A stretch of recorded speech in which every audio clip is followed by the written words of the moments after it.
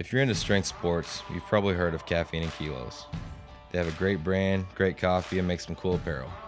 If you go to west.caffeineandkilos.com, you can get 10% off all of your purchases. Check out the website, show them some love, and buy some cool shit. I came from the mud.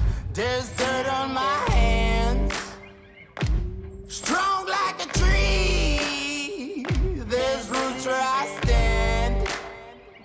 Oh, I've been running from the law. Hope they won't shoot me down soon.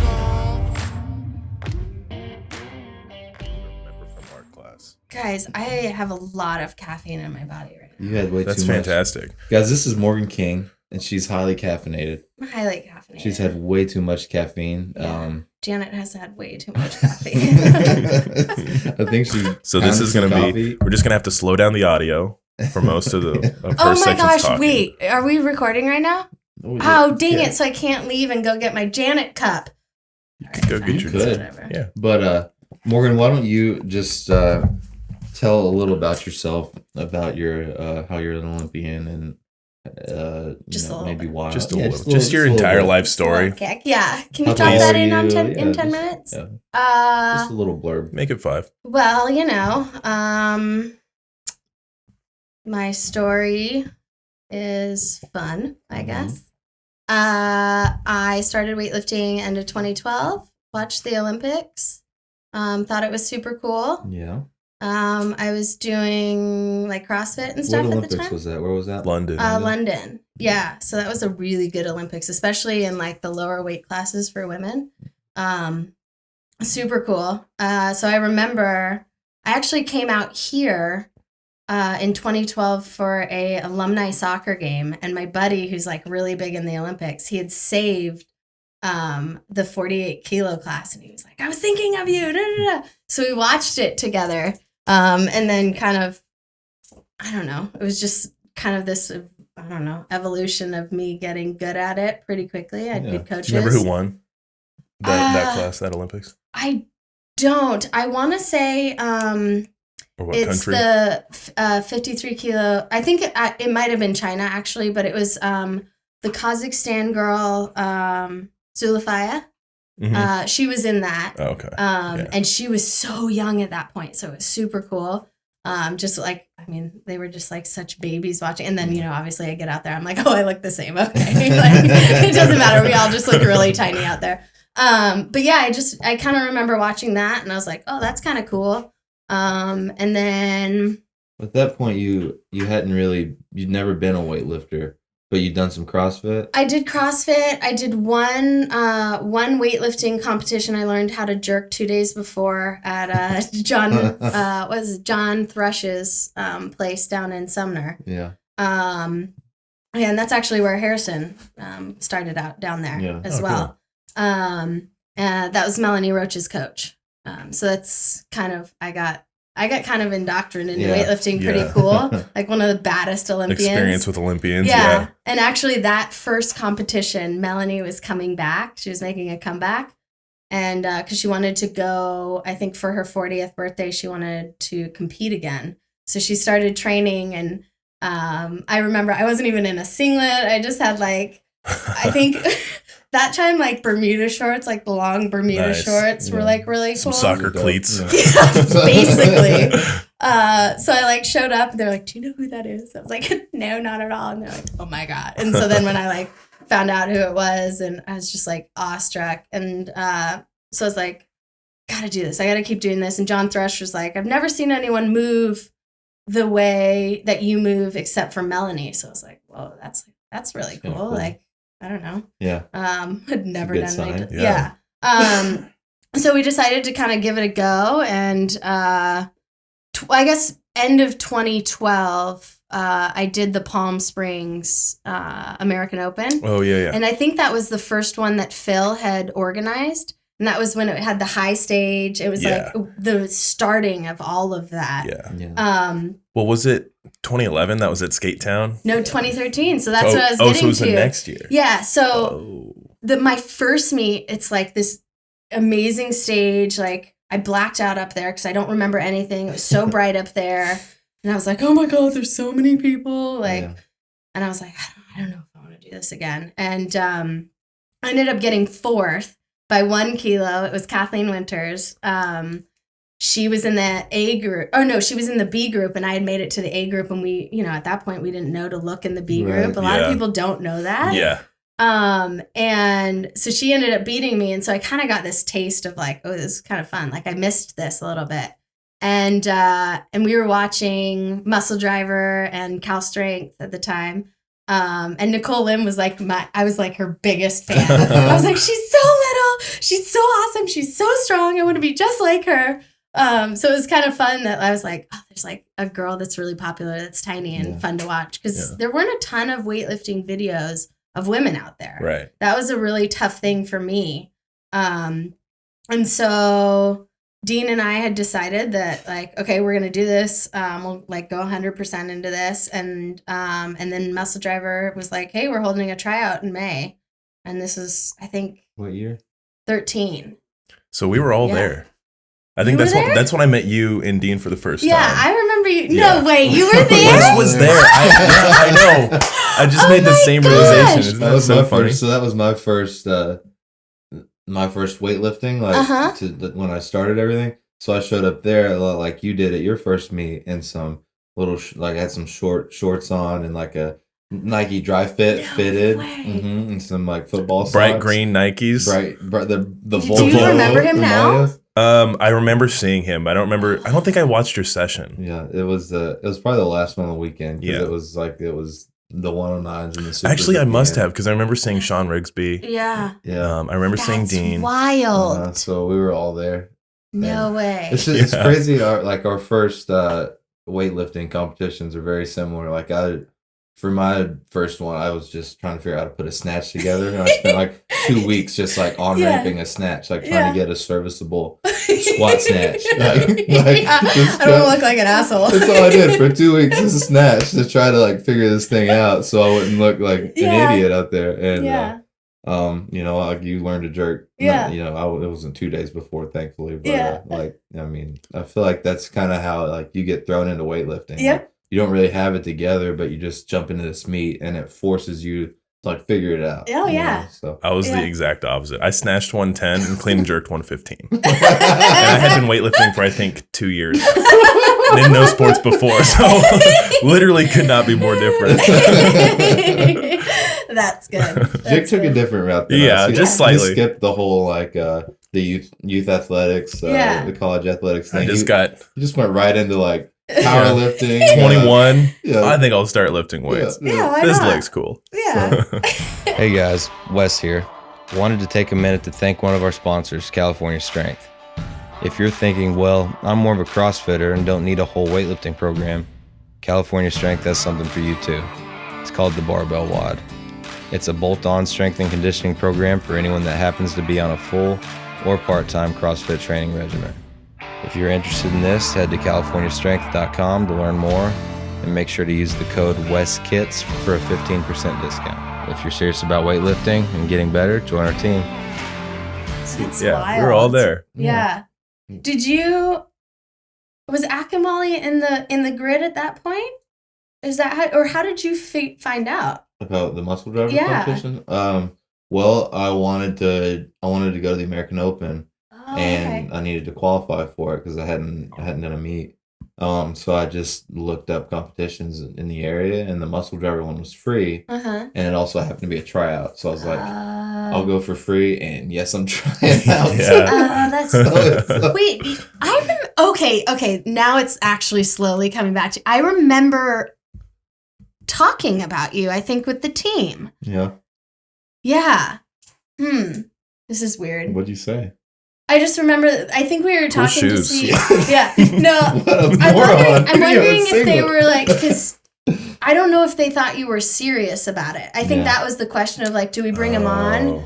And he's just gonna like, because you were still big in grid or something. You were doing I hadn't even something. made it to grid yet. Okay, you were doing Like, something. I had a jam in Knoxville that I was Okay. just like I was probably less than a year into it. Okay. Maybe. And yeah, like it was my first like It was when I just decided that I'm gonna like give weightlifting a try. So I'd been Yeah. a weightlifter for a month. Yeah. You know, Yeah, like, yeah. So I get like, you don't really know like you don't really know that you want to be a weightlifter until you've at least like I still put a don't know. little bit of work in. Like Yeah. a month in, you're just like dreaming still. Yeah. Right. But Right. I thought those guys were so cool. I was like, oh my gosh, these are like career weightlifters. I get Yeah. to see oh my gosh. I'm so upset. Glenn Penlay. James Tatum. James Tatum. Yeah. I was so I love excited to meet James Tatum. And honestly, He's the nicest guy. like when I got there, the guys were kind of like, they're a little like too cool. Like when we were weighing in, like, Mhm. they didn't really mess with him. But James was like, how's it going, man? My name's James. Like he Yeah. introduced himself. He Oh, was he's like the best. so nice and genuine. And then he was one of my friends, like as I was first making Uh-huh. the USA teams, Yeah. I always like to hang out with James and Yeah. like, see what he was up to and doing. So Yeah. yeah, James was actually pretty like inspirational for me, like early Yeah. on, and seeing him like up close because he was like a snatch wizard, like Uh-huh. at the time, I Yeah. think he did So- 151. It was either at that first tryout or Yeah. the second one, Yeah. but at 151 Yeah. snatch, he brings it all the way to the very edge of the platform. Yes. His Oh toes my are hanging gosh. I remember that. Yeah. Oh yeah. Yeah. So, He's big he's James the fan. best. Yeah, Yeah. I wish he was still doing it. with us. Yeah. He's got an awesome gym that he's like cultivated, and Yeah. I think it's I'm gonna botch it. I think it's House of Weightlifting. Something you guys can correct sounds- me later. I think you're something. right, I think yeah. it's House of Weightlifting. But he was so cool there because yeah, I mean it was such a like fiery environment Yeah. that like we'd all kind of like get after it and like talk so much shit to each other. And then like James has got the like dad shit. Like he'd Yeah. he'd like say something and you're like, fuck, that's true. Yeah. All right. Like, okay, That James, wisdom. like you win today. Yeah. Like but yeah, that Muscle Driver was so fun, like because of just the people that were there. Yeah. And like we always like Fridays were just chaos all the time. And like you would just do dumb shit. And it was like, it was cool because there was I would like go against Caleb Whitby on like percentages. Like when does that ever happen? And Yeah. and that was fun for me because Caleb was just like such a kind person. He's the nicest, And- strongest. Yeah. Yeah. And he'd just like sit there and he would watch everyone and he would take his time and we're like, what is he doing? And then like slowly realize that's like his MO is to like kind of gauge where people were going and then like do the calculations and then You're put like- 1 kilo on and beat us all. We're like, a gamer, no. a true Yes. strategy Yeah. man. That's awesome. It was so fun. Yeah. But I was yeah. always really impressed by his lifting. Yeah. He's just like a farm strength kind of Yeah. guy. Like just You reminded raw me of power. it when you first came in. Yeah. No, I Very was much. clueless. I just Yeah. been working out for a long time, Yeah. and somehow I was just putting it together. Like Yeah. I tried really hard to be strong for a while, but as far as like skill, there was like Yeah. none. And even like I was probably like a year and a half or 2 years in the weightlifting before anyone even mentioned like the 3 positions. You know what I Oh, mean? wild. So yeah. it was I don't know, it's kind of a lot of guesswork and Yeah. luck initially, but Yeah. I think that's a lot, like with Yeah. all of us. Like, it's probably it should start like that Yeah. for a little bit. Yeah. You kind of like figure it out on your own, and then Mhm. yeah. you find a coach after that to kind of put it together when you're ready to get a little more serious. Mhm. Yeah. But you said when you were first getting started, when you like got on the platform again, you felt like you missed it. Do you mean like competing, like you Yeah.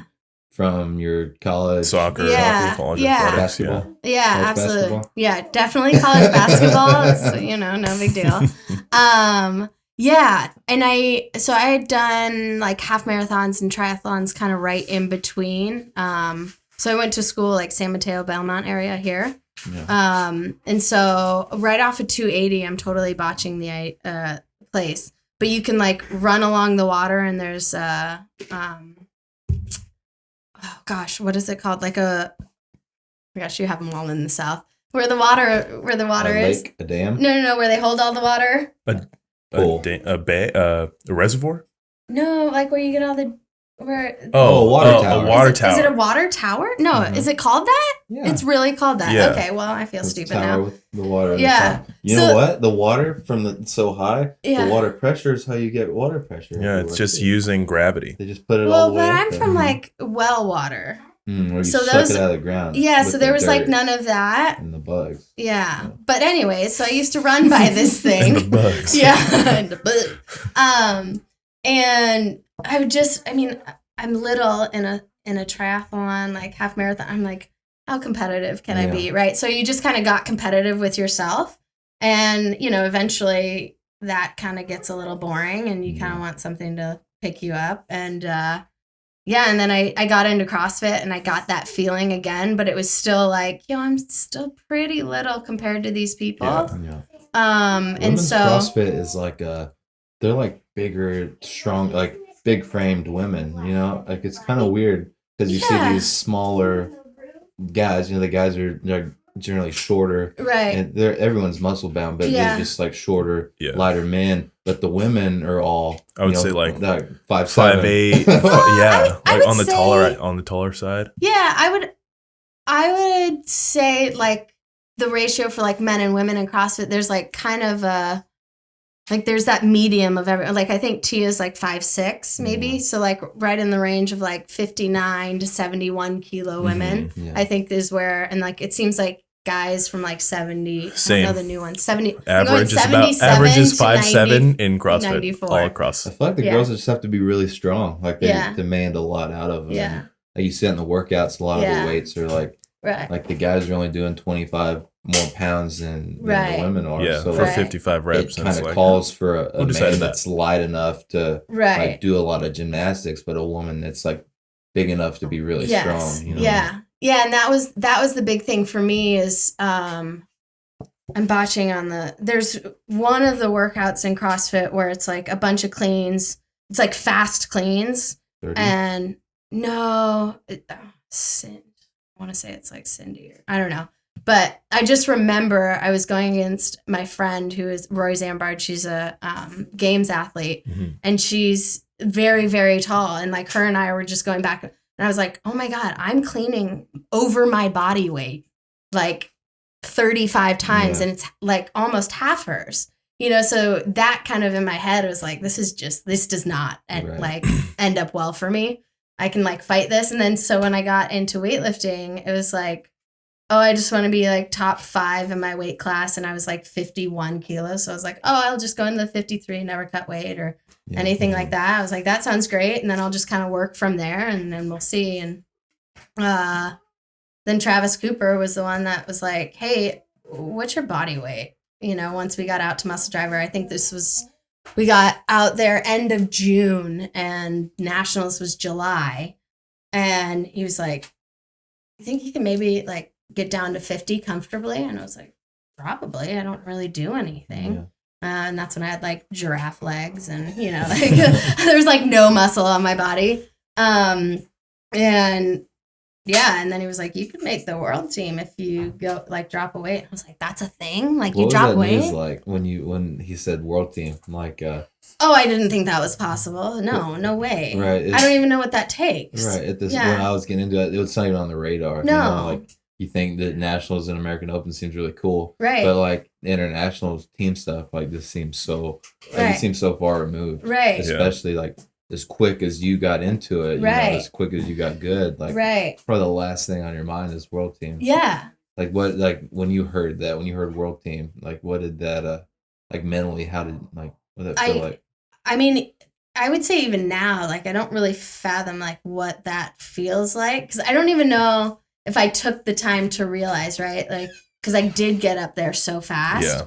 And I think part of that too is like when I did get to the Olympics, there is this like weird part of, I didn't feel like I was like an apprentice in my sport like I did in soccer, right? Like it took me 18, 22 years to get really good at soccer. Whereas like all of a sudden I was now thrown into this where I should have been 18 to, 20 years into weightlifting and been really good. I think that's still pretty common though. Like you spend the time around athletics in general. Right. And you kind of learn, you learn a lot of the same lessons playing soccer that you would weightlifting. So, you got the fast track, and same with Wes. Like he spent so much time playing football and playing sports that like you put the time in. Yeah. Well, and that was a good realization for me is like when I get those questions of like, how did you get good so fast? And it's like, it actually wasn't that fast. It wasn't. Right. I was always peaking for something in my life, right? Mm-hmm. Like I was always trying to get to that pivotal moment in sports and that elite level that I can be happy and be like, okay, I've done exactly what I needed to do. And I think with a lot of people, we get stuck in the sport specifically of what we want. Like, oh, I'm going to make the women's national team for soccer. That was me the whole time. I'm going to do it. And then I was like, yo, this isn't happening. Mm-hmm. So then you like pivot and you start to find like, I think just being a general athlete, you find the love of any sport, right? Like that's just innate inside of you.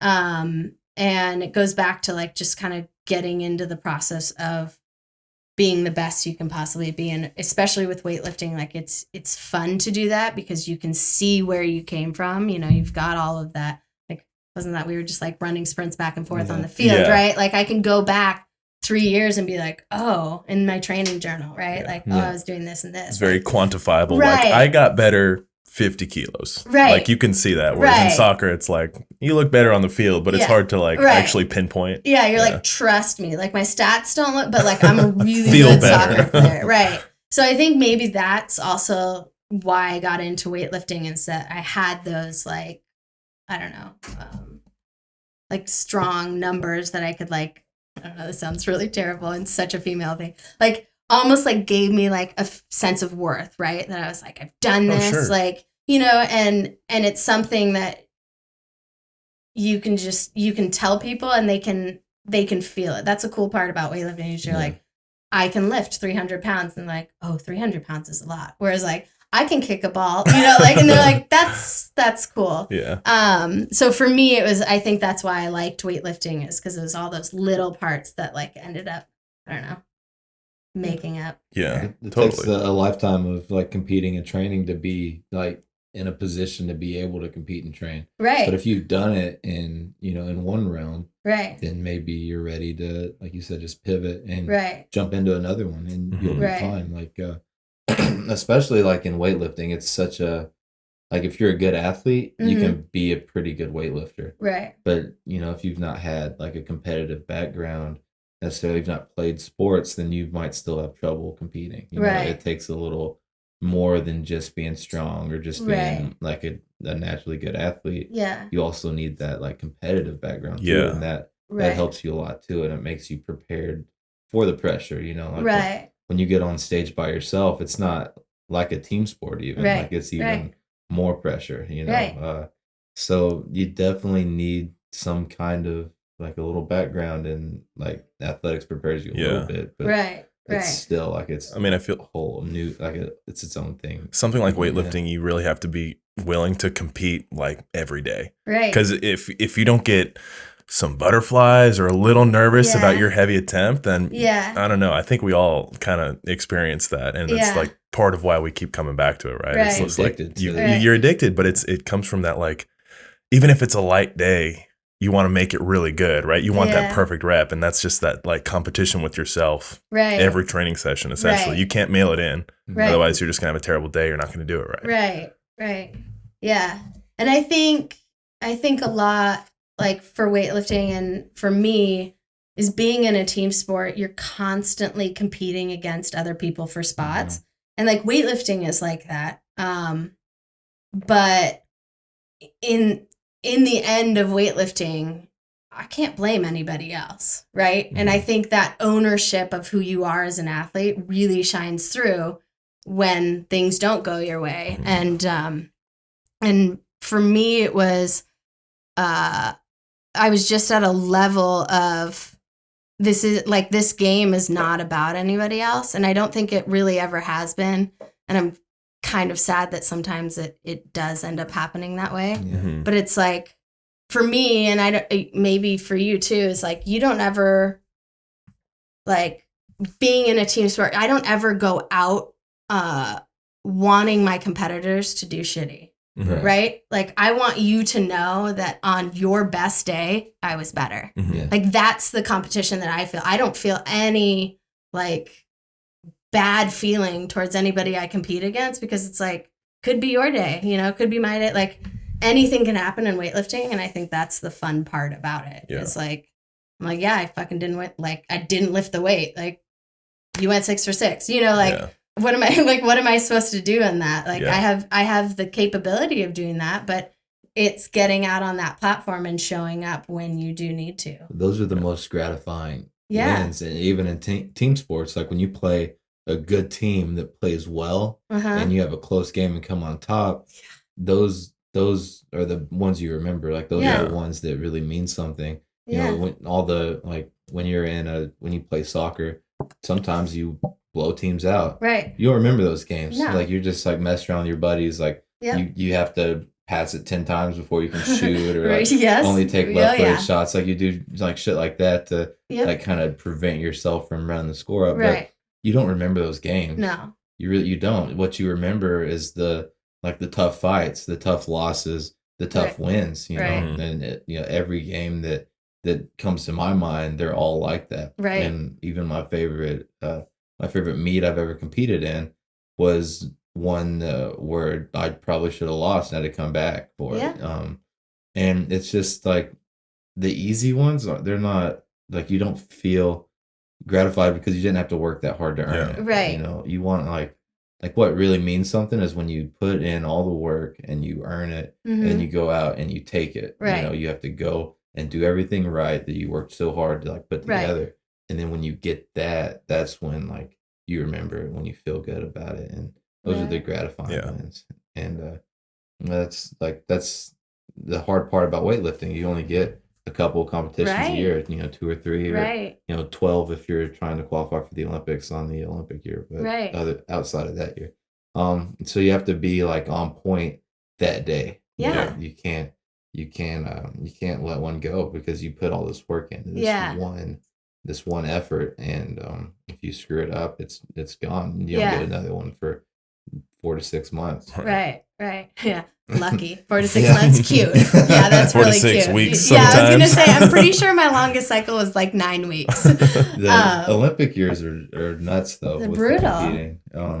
Let's get into that a little bit. Okay. So the women's 49s is like you guys are neck and neck, like across the board. There's a ton of you, not a ton, but essentially there's 3, right? And you 3 are so elite that you can all win this spot. Right. But the way the qualifications are now in weightlifting, you only get 1 athlete per weight class. Right. So essentially you guys are competing within the US and the spot for the international team is already like available. Right. So you have to beat each other out to get the spot. And Jordan De La Cruz is a training partner of yours, and I'm sure a good friend. Yeah. And you guys even live together. Right? And she makes this move down into your weight class, which is very strategic. And I'm sure there's plenty of negative things or whatever said about it, but it's the game, It's a game. It's part of the game. It's absolutely a game. And I know you don't hold any like negative feelings towards her for it. But what's it like living with your like biggest competition and then having to compete at all these meets and like this dogfight for this Olympic spot? Like what's that been like? And especially like living together too. Like that's so unique. Sharing a coach. Yeah. This is like everything. Yeah. Yeah. It's definitely been it's been good, honestly, for me personally, because I'm well aware that I am on my way out of weightlifting, right? And I've known Jordan since she was 15. We trained at the center together. Like she watched my dogs, and the whole reason I am in this space now in 2020 is because of how well Jordan and Jesse did with Spencer. So it's like this weird double-edged sword of like, I need you and you need me. Mm-hmm. And I think that's a really important part of weightlifting is and that was the cool thing about the Olympic Training Center is like, you're on your best every second of every day in training. Yes, it's exhausting, but it also keeps you very present in the moment. So having Jordan around, and I think she feels the same way, is like, yeah, we want each other to do well. And we had multiple discussions about this after Worlds, because that's when she told me. And I had a feeling she was going down. Like, you just kind of know. I mean, And I would have done the exact same thing to her too. So I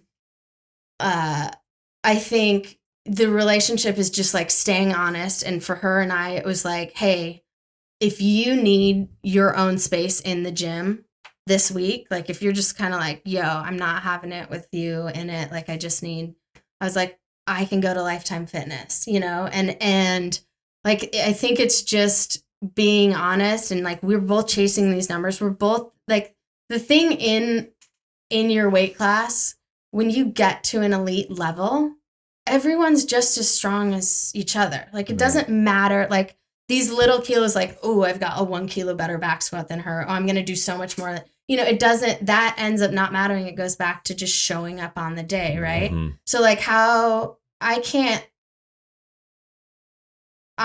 be mad at someone who's doing the exact same work I am. And putting their heart and soul into it. Right. And I know that she's such a good person. And like, she's somebody that I want in my life for the rest of my life. Like, I'm not going to allow weightlifting and something as petty as that to like get in between a friendship. Yeah. And I don't know if that comes from being in team sports where you just learn that that's healthy competition. Yeah.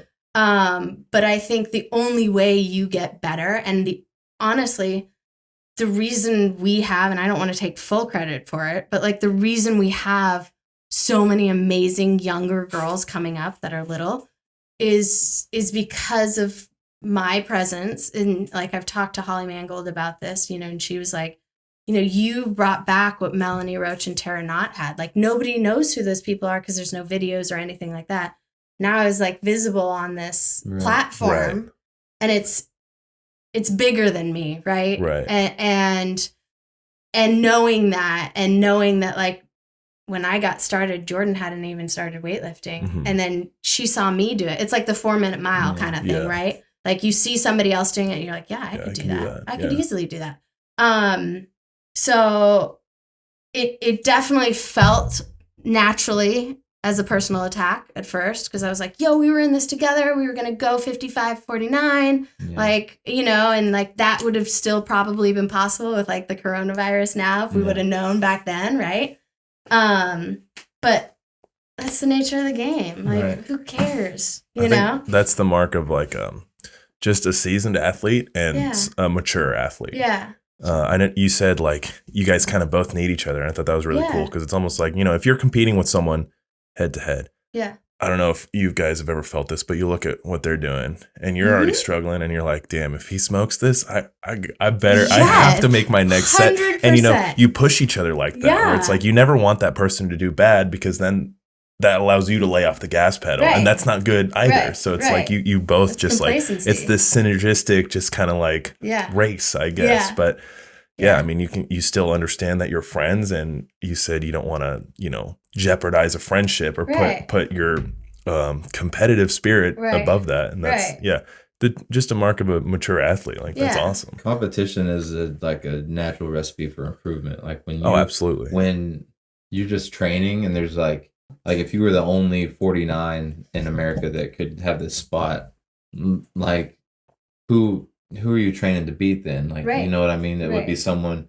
overseas, someone you don't see their lifts. They're definitely not in your gym. You know, like you're not really as aware of your competition or what's going to be. Versus when you have someone right next to you and you know you have to beat this girl, and every day in the gym, it's like, you know, blow for blow, just trying to make these lifts, trying to be consistent and get better. I mean, that's gonna like fast track your improvement. And, you know, really it's gonna raise your ceiling because you have this motivation just right next to you every single day. And no matter how you feel or what you're doing, she's doing the same thing. You know what I mean? So it's like, it's accountability, it's motivation, and it's like something you have to deal with all the time and think about. And it's hard to get along in that scenario, but you know, you welcome it because you know this is making you better. It's making you a better athlete, a better person. You can appreciate like these challenges, and it's just, you know, like Jake said, it's like a mark of a seasoned athlete. Like you're very, very mature, and like these, I don't know, these like daily competitions you like almost welcome and appreciate, and acknowledge that there is like still a friendship that's more important than Yeah. even like Yeah. this Olympic spot, which Yeah. is like the pinnacle of sport. You know, Right. it's just like that's such an important thing as well. It's just, Right. you know, it's a cool and very like responsible and mature like perspective. Yeah. And I mean, you could definitely go to the other side of like, okay, well, yeah, Morgan, you've been there. Like, of course you'd have this mentality, right? Like, I've been to the Olympics. So, like, that second Olympics is so much harder, right? Yeah. But it's also, I think for me, after 2016, I got off that stage. I dropped those 2 American records and I was empty. And I was like, I was just like, I did everything. Like, I broke an American record, you know, and I was able to represent the like United States in the highest possible form that I could think of. And I just felt, I was like, you know, I'm still the same person I was the day before, right? Mm-hmm. And I was still trying to like kind of chase this like dragon all the time. And I took 2 months off. I was like, I'm done. I'm not doing this anymore. Like, I'm over it. And then I got that itch again. And then now it was kind of like when I bombed out at Vegas for the world team, I think, for Ashgabat. Did I Yeah. say that right? Yeah, probably. Yeah. Sounds good. It was that pivotal moment of like, why am I doing this? Am I doing it just to hold on and chase that dragon and go to the Olympics? Or am I trying to change something inside of me so that it'll propel me out of this sport eventually and become this wholer person? And I think having Jordan and having Jesse be able to like help me transition and realize that this sport is so much bigger than just getting to the Olympics. Because I think there's a lot of Olympians that, you know, think that's it. And then it's like, oh, real life is just like right around the corner, right? Well, Rio was a little bit of a, like, it was kind of a messy Olympics, just It's as chaotic, far yeah. as like the, you know, you heard about the like the housing situation like on TV, you know, they were talking about The how swimming these pool was things- green. Yeah. Right, there's a lot of Yeah, like, that was wild. did you feel like any like animosity or like were you like upset that that Olympics was a little like messy? Did it feel like an Olympics or like It felt like an Olympics for sure. Felt So big. I think I was hoping for, so you see everything on NBC, right? right? That was the feeling I got, but I was there. Everything that you saw on there is what I felt because of the way it was organized and they had pushed everybody, the culture and everything out of it. It was just kind of this weird, eerie feeling of like, nobody that lives here is actually here, you know? So it felt almost like you were just transported into this place with like thousands of like, I don't know, tourists, right? Whereas like when I had heard about London, like they put it right in the city, athletes could jump in the tube and take it downtown, you know, obviously very different countries. But I think the level of accessibility for the Olympics in Rio was really hard because everything was hours away. And then with traffic, you know, because they didn't have that done well, that was tough. And then where the village was, there wasn't a lot of places to go out. So, and everything started after like 11 p.m. That was the weird thing. Yeah. So like if you wanted to go and like go out after you're done competing, you know, you'd have a hour and a half cab ride somewhere. So it's like, is that worth it? But I mean, I was stoked because I just got to see all in any event that I could possibly get my hands on. And we were really lucky because weightlifting was right across the street. Yeah. So it was like 15-minute walk from the village. We got really lucky with that. But it was wild. But I mean, I think all Olympics end up, I mean, Yeah, I you're can't overtaking imagine, an like, entire city. It's such a big country, event. basically, it seems When like. is it ever perfect? Right. Like logistically that you Right. can pull something off like that. Yeah. Like everything's going to have its Yeah. little hiccups here and there. Yeah. And I mean, it was the first time the Olympics were held in a third world country. I don't know if that might sound bad, but I think it's a third world country. Brazil, I think so. Yeah. Yeah. I just want to make sure that I'm not sounding like I a don't know dick. how they classify But- first and second. And third Yeah. there. But yeah, it was a big deal. So kind of, I don't know if it'll ever go back down there. It'll probably be a while. But it was interesting because I got there 5 or 6 days before everything started. So nothing was like up and around.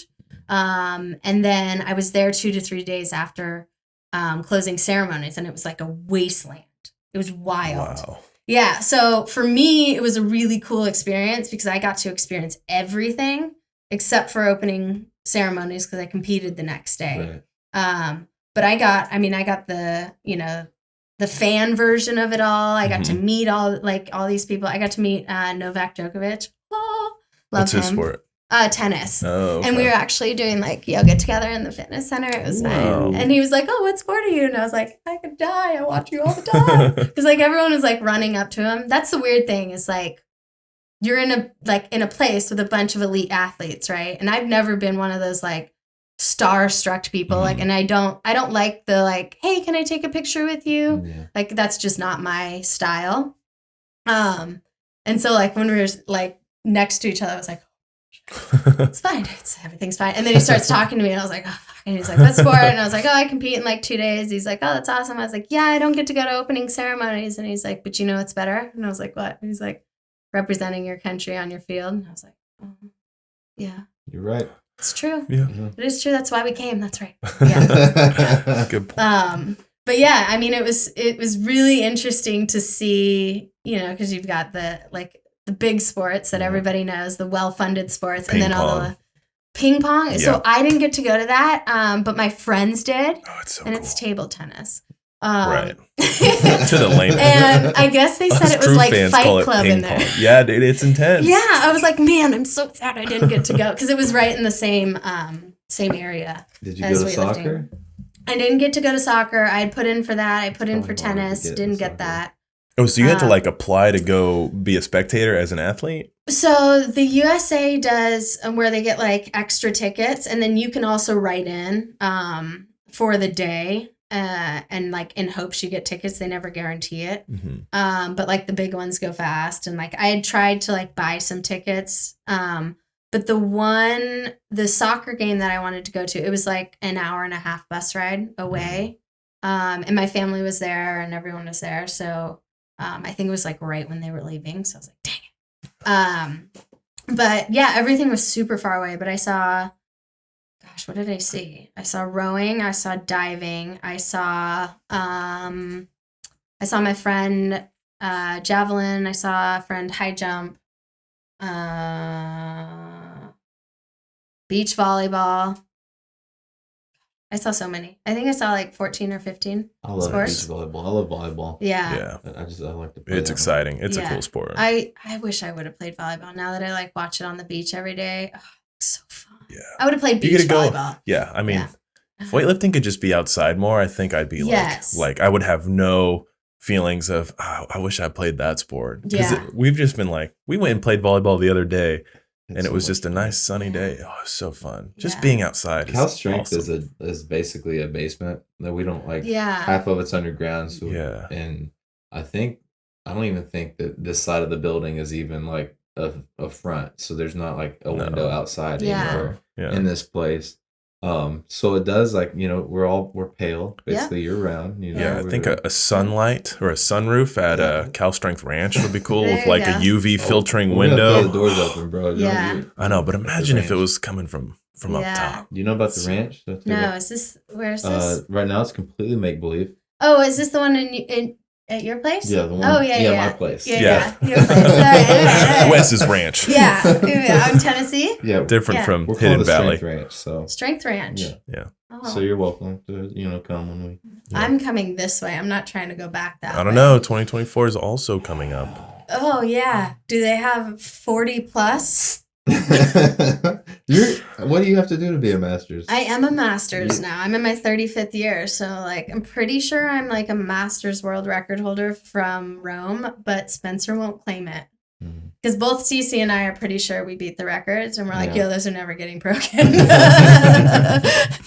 Especially in the 45 kilo. Like, Yeah. Cece, how are you that small? Like, You mentioned Rome. Rome. We went to Rome this We year. did go to Rome. We So, survived Rome. we got so there was this competition in Rome. It was an Olympic qualifier. Team USA sent a pretty good team, and it was Full actually team. it was kind of a competitive competition to get Mhm. into, because I feel like a lot of people wanted to go see Yep. Rome and wanted to be a part of. We don't really compete in like Europe much. No. We do our And it was Pan a silver Ams meet too, so it was a and big silver, deal. So Yeah. this was an important competition for a lot of people for qualifications. So we go, and when we get there, that's when it was like early or mid-January, right? Yeah. So we get there, and we start hearing about the coronavirus in China, and I think Mhm. at that time it was like pretty exclusive to China, but Yeah. it was there's a couple cases Yeah. outside maybe at the time, but we're not really worried at that Yeah. point. You hear about maybe potential travel bans, but Right. at the time Of I course don't think there were any. But as soon as we got back, the news breaks, and Wild. Italy Yeah. is just like they're torn apart by Mhm. coronavirus. I have no idea, how we we narrowly escaped Yeah. it being locked down in there, and potentially like it all being corona infested. Yeah. Like, Right. Right. yeah. And the flu ran through the team Mm-hmm. in Rome. Do you think that was related? Do you think that was corona flu? I mean, I can't imagine that. I mean, it was just kind of that time. I feel like that's flu season in general. Mhm. It But I is. can't imagine that like part of that strain wasn't around. Right. But yeah, it was wild. Everyone got sick. And I mean, I don't think it was just our country either. I think Yeah. probably everyone that was, or most teams that were there were Yeah. probably dealing with it. Yeah. And it did seem like hyper contagious, because Mhm. it was going around so fast, and it was like for a lot of the coaches and athletes that got it, it was pretty serious. Yeah. Like Dave's roommate was like, he locked himself down for 3 days, and this Right. guy was in bed, and Dave said he looked and sounded just terrible. Yeah. Piros was out there coaching in a mask after he Yeah. had like knocked it out, but the first 3 or 4 days he was in, I think he had to miss some of the Yep. meets, and He wasn't. No, he was there for ours. Yeah. It was right after ours that he got super sick, and we were worried because he was like hugging us and stuff. And Yeah. Jordan ended up getting pretty sick. But also, I mean, I feel like when we cut weight, at least it's kind of a normal thing because your immune system is so Mhm. shot anyways. And then like, with the diet and all of that, then all of a sudden just eat a Well, bunch you of like your shit. body can like push things off for so long, Yep. and then once you finally do that, like culminating whatever it's like a test or a Yep. competition, your Oh, immune yeah. system just drops Yeah. and you get sick like Right. And with the stress, like all of Yeah. the stress that you've been building Yeah. up, it's just like just hits you at once. Yeah. I mean, I remember I got super sick when you guys got back. right, and That's what he was saying. Yeah. And it's just like it's hard to know, because at the time in Rome, I never considered that we might get coronavirus. It seemed like it was isolated to China and Right. like areas around them. I just it's flu season, like you said, Yeah. so I wasn't really thinking about it. But we had wipes, because like I'll Right. pick up a sinus infection or something, Right, dumb right. shit like when I compete or Yeah. right after. So we're trying to be like hypersensitive to it, and then all of a sudden everyone's getting sick. Yeah. It's like, Yeah. this flu Yeah. is going around, but never was I like, oh, we've all got coronavirus. Right. I'm pretty sure we joked with Jordan that she had it. Really? And we're like, yo, stay away from us. And then Good it's joke. like, oh, it's kind of like not a joke Oh anymore. yeah, a little Yeah. on the nose. Yeah. Yeah. It's a different time. Then, Yeah. then we get back, and like literally a week later, like it's like, okay, this is getting bad in Italy, and we were probably a week or 2 weeks away from literally being like stuck in it, like in Mhm. like locked down amidst like a Yeah. huge tragedy. So Yeah. I think it was like 10 or 14 days after. Like Yeah. it was Mhm. real close. Yeah, it was. We were all like, oh, that could have been bad. I mean, I wouldn't have like been too sad being stuck there, but you know. Like a month, we would have Oh, I would have been stoked. I mean, I guess I came out here as like basically the same thing. Yeah. So I was just by the beach. You had an It's fine. interesting strategy for your quarantine. Yeah. So, bail. I think that's the best strategy, actually. I always look for an exit strategy. So I was like, yo, if things get bad, I'll just swim out into the ocean. Like, it's fine. No one's out there. It's cool. I'll find a shark to ride. It'll be cool. That's a hell of a plan. But you're in Atlanta ish with all your weightlifting friends and your coach and everything, and then you hear about the quarantine that hadn't hit yet. Yes. And then you're like, I'm gonna go to California right now. See y'all. Yeah. Okay. So what? It was actually kind of a wild 4 days. So In 4 days. 4 days. Okay. So it was. I came out here March 15th or 16th. So the week before, it was like the last week to peak because we were going to Colombia on the 17th, and all of this shit was going around. They're like, are they going to close it? Blah, blah, blah. Jordan had already dropped out of going because she was like, I don't really need this. Why am I going to put myself in jeopardy? Right. I was like, yo, I fucking need this. Like, what do I do? And I'm going to take Spencer there, and we could potentially get quarantined. And then he's got a family here. Like, I don't want to be stuck in Colombia. Like, and then I was like, this ended up being that Friday. And we're like, yeah, it's pretty sure it's going to cancel. But they couldn't guarantee it. Mm-hmm. And so I'm on the phone with a friend, and I'm like, yo, I don't know what I'm going to do. Like, if I don't go to this competition, my Olympic dreams are done. And I was like, yo, that means I'm retired. And I was like, fuck, this is a big decision. And so, we're going back and forth, and I was like, okay, my health is kind of more important. All right. And so then Friday, I had a really shitty, obviously, Friday training because it was like, yo, the world's ending. I don't care. And I go hiking on Saturday, and I was like, okay, am I really, I'm not doing this. Okay. I'll hold on to it. I'll decide by Monday. And yeah, I was talking to a buddy of mine, and I was like, hey, so if I don't go to Colombia, can I come out to California? And if I get quarantined, it's cool because I'll be by the beach. It's only 2 weeks. Who cares? It's March now. Or no, it's June now. Yeah. 3 months of California. Yeah. So then I got here, and they ended up canceling it. Spencer and I would have been in Colombia. They would have locked the borders and then not had the competition because they couldn't guarantee us that the competition wasn't going to start. Mm-hmm. So we were like, yo, we have to actually get there because the IWF was meeting after we arrived. Wow. So, yeah. So Sunday night, I booked my ticket. I'm like, I'm coming out Wednesday. He's like, great. Calls me Sunday night, and he's like, yo, I think we're going into lockdown Monday. Can you get out here? And it's 11:30, and I text Spencer. I'm like, hey, you up? And he's like, yeah, what's up? And I was like, can you take me to the airport in 5 hours? He's like, yeah, I'll see you then. And I've been out here ever since. And now I live here. Yeah. Forever? Forever. I own a place, or I rented a place by the beach. And so now I live here. How's your quarantine been, would you say? It's been quarantine. Yeah. I lift. What's the routine? What's a day in the life? Day in the life of Morghan in quarantine. Yeah. Well, it's beautiful because now I get up with the sun because it's always sunny here. Always sunny in Philadelphia. Yeah. And I grind my coffee. I take a lot of time to drink my coffee, get caught up on the news, do a little bit of reading, a little meditation, a little yoga. And then I kind of start the day. Yeah. Yeah. I took 2 months off of weightlifting. That was not smart. What time do you do that? I'm done by all of that by 11. Yeah. Yeah. So, I mean, the beach closes at 11, so I gotta get in that beach yoga fast. Wow. But yeah, so I took 2 months off of weightlifting. I was biking 80 miles a week. I was doing yoga, getting real fat.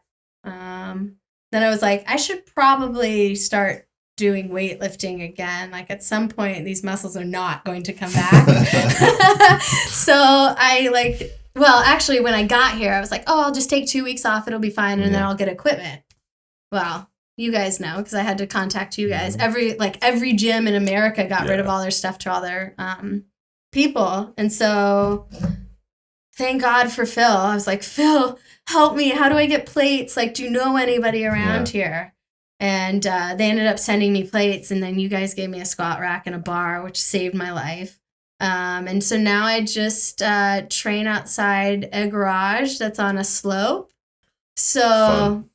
yeah, so it's challenging. like this, and then it drops a little.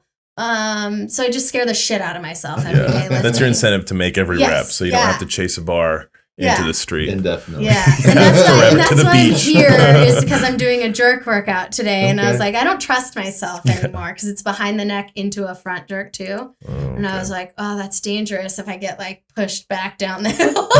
I mean, it's not that big of a hill, like it's but so it's probably not good for weightlifting. Yeah, we got some blocks. We got Have you some jerk considered blocks. putting a little platform out on the beach in the sand?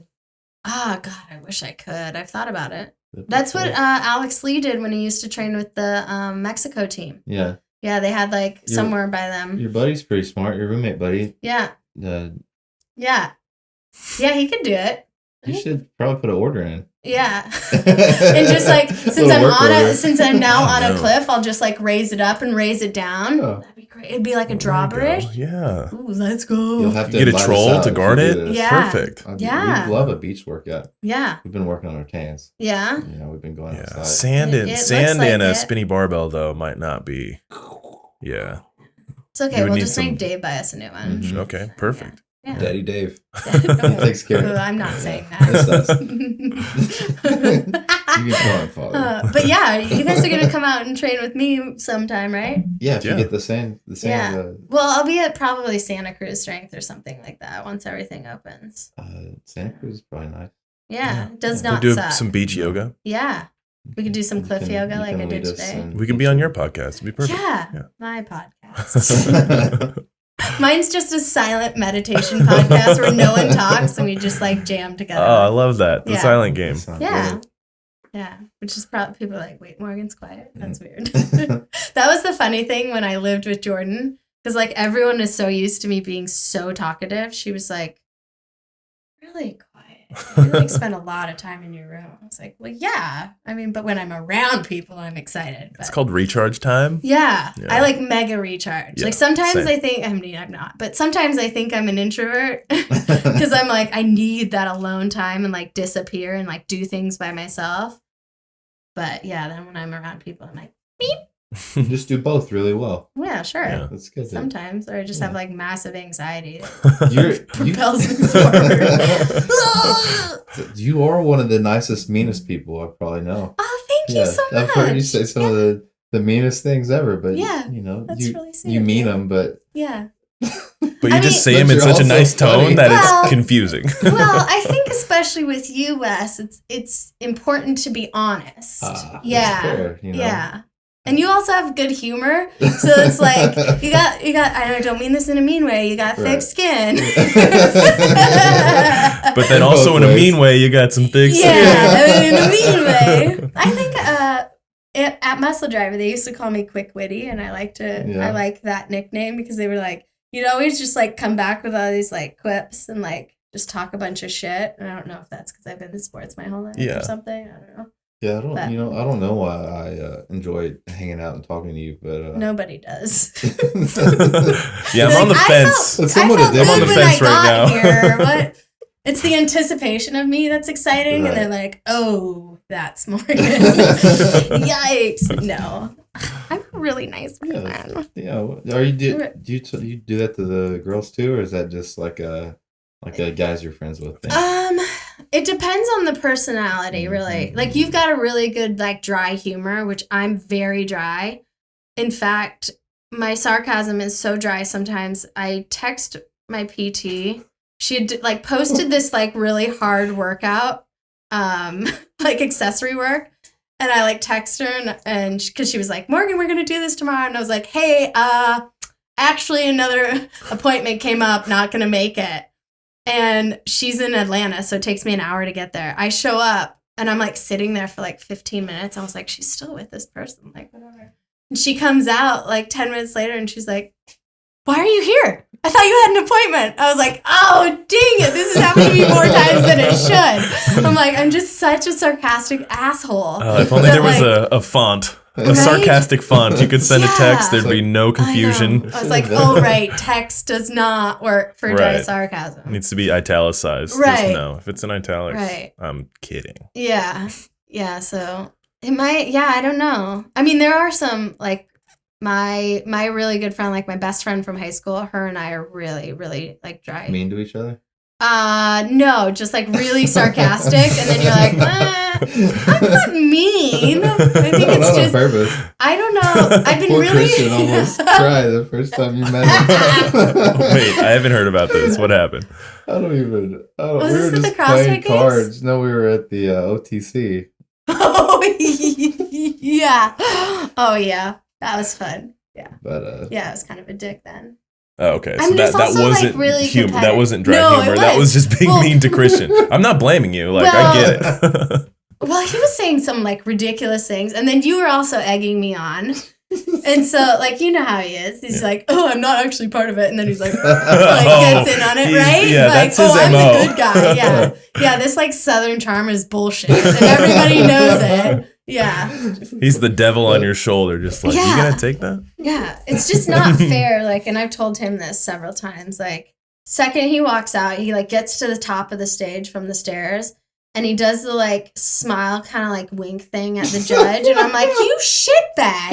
And then he's like, and they're like, yeah, white lights. I'm like, this is not fair. It's like, she's shitting on my elbows right now. mean- For all the listeners. No, she's it's just that was sarcasm. a press out. She just did. It's a sarcasm. She's joking. She's joking. right, That right. happens to you all the Nobody time. knows Your anything lockout about is your trash, elbows. but I'm kidding, so you can't be mad at me. The girls here will say the worst thing to Jake. They're like, we were joking. That's not how it works. That wasn't a joke.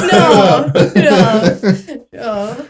That's funny. So that's But funny sometimes, you know? Okay. Yeah. So just say something completely just normal tone, just like I'm speaking now. Yeah. And it'll be the meanest thing ever, but also just a little joke. Just a Yeah. little bit of You just have sarcasm. to, I just like to get your It's go. charming. It's charming. Yeah. Also with you, it's real fun to do that because it takes like a split second for you to get it and then you laugh. And then I'm like, yes, it's funny. There's that Like, gears turning moment Yep. of, because Up you to know the when you're side. like, Yeah. yo, this is going to be funny coming out. This is going to be really funny. And then you're like, oh, it's probably not that funny. And then when he gets it, you're like, oh, yeah. That's like, yeah. I'm like so proud of myself. You make me feel good. oh, for About- sure. There are things that I didn't even think were funny that Yeah. Wes laughed at that Yeah. I then thought were hilarious because of how entertained Wes was. It's just like a Oh, yeah. contagious laughter. I'm Yeah. a simple man. You know?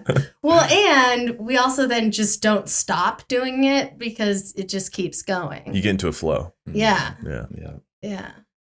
Flow of hatefulness. A flow of just Sarcasm. mean things under the guise of joking. Well, and also, I think this all because here's the thing with you is you came into weightlifting and kind of stole my spotlight of being like the blonde, blue-eyed like phenomenon, right? And then you're a guy and lift all this weight, Right. and like everyone's like, oh my gosh, so great. And I was like, his elbows. I'm just kidding. I'm just kidding. Come on. Nobody sees that.